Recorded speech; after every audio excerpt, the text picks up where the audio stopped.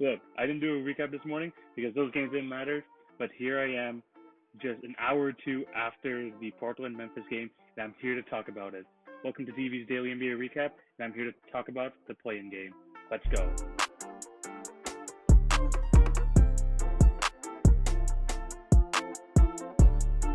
Yes, we were talking about the play-in game the same day it happened, and man, that was an intense matchup. The Portland Trail Blazers get the win, 126-122, to advance to the NBA playoffs, where they will be facing the Los Angeles Lakers this Tuesday. Great performances all around from each team, very high-scoring affair. On the Memphis side of things, 35 points for Ja Morant, a career high, along with 4 rebounds and 8 assists. 22 points and 17 rebounds for Jonas Valanciunas. 20 points for Dillon Brooks, 20 points for Brandon Clarke. On the Portland side of things, Carmelo Anthony chipped in with 21 points, including some key buckets laid. Damian Lillard did his thing, 31 points, 10 rebounds. CJ McCollum, 29 points.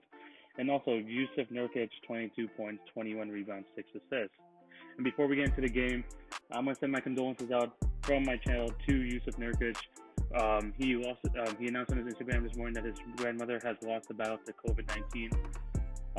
The NBA family, NBA fans all have your mother in their prayers, and hopefully she rests in peace. And yeah, I mean, he put up a great performance today, in honor of that. 22 points, 21 rebounds. This guy was an absolute monster. So yeah, time to talk about this game. In the first half, it was actually very much back and forth. The Trailblazers started pulling ahead, but Memphis was able to kind of just hang around at that point. But then, very much similar to the, to the Brooklyn Nets game, the other team started doing the Damian Lillard double team type thing. Not as bad as Brooklyn, but they still were doing it to a certain extent. And they started going out to a bigger lead. Memphis started hitting big shots. I mean, I think they hit 42 points. They had 42 points in that third quarter. And they were just absolutely dominant from there. I mean, Ja Morant, who struggled very early, only having 11 points in the first half. Throughout the second half, this guy scored 25 points, very high percentages. I believe hit 3 threes as well. This is a career high night. He did all he could to try and get his team to victory. And it wasn't just him too. He got some great contributions. I know Brandon Clarke was hitting bucket after bucket in that third quarter. He was doing very well, even though Dillon Brooks was really good in the first half. And also, Jonas Valanciunas, another great game, 22 points and 17 rebounds. They were doing their best. But when the fourth quarter came around, the Trailblazers turned up. Nurkic didn't do much in the second half, but in the first half, phenomenal. I think he had 15 points and 17 rebounds. Very, very good first half. I believe the first 15 first half in a few years. So very cool there. But what this game showed from the Blazers is that when they have all their guys hitting from all cylinders, they're very hard to stop.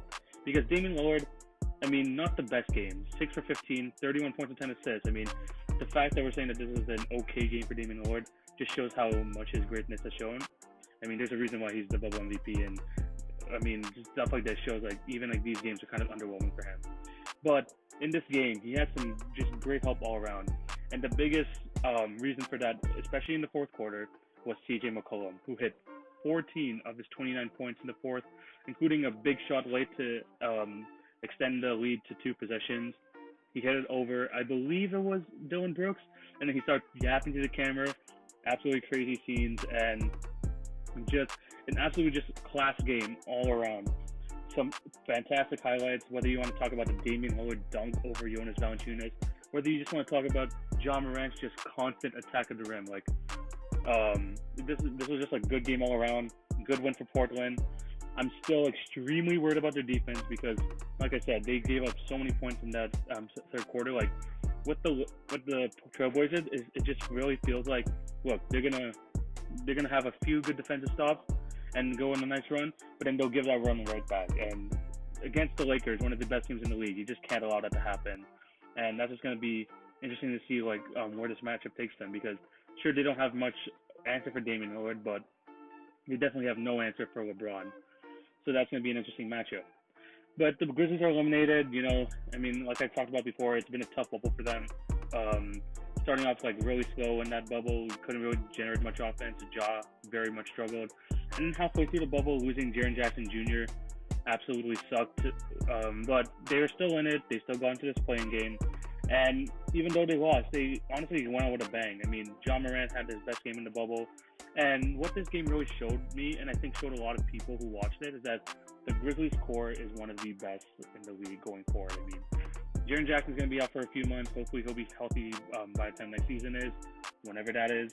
But when you have Jaren Jackson Jr., who looks like to be a star, same thing with John Morant, who looks like he's going to be a top point guard in this league, with some really good young guys around him. I mean, Grayson Allen didn't have a good game here, but he had a good bubble generally.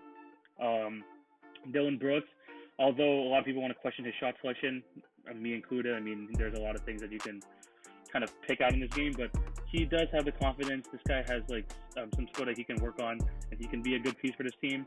And you know, I got shown some love. He's Canadian, and even his Canadian like brother, which is on the team with him. I mean, Brandon Clark, unheralded rookie, who had a very, very good season.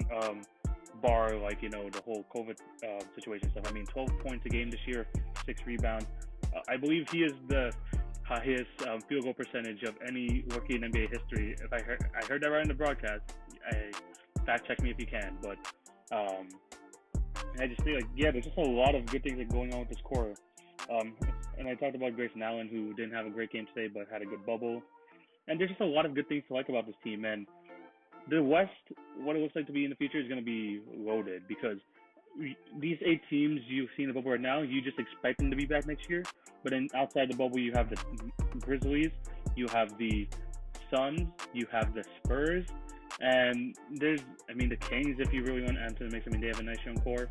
But there's just so many good teams in the West, and I think a lot of competition is going to be there come next season. But, very good season, especially pre-bubble for the Grizzlies. Sad for them this way, but they have a lot of positive things going forward, 100%. Thanks for listening to this daily recap. I'm going to be back on Monday to do another podcast, and also you can see another video for me going up on a guest on a different channel. So, remember to like, share, and subscribe if you're watching this on YouTube. If you're on IGTV, please remember to like, leave a comment, and also follow. Thank you guys for listening, and I'll talk to you guys on Monday. Have a good one, y'all. Peace.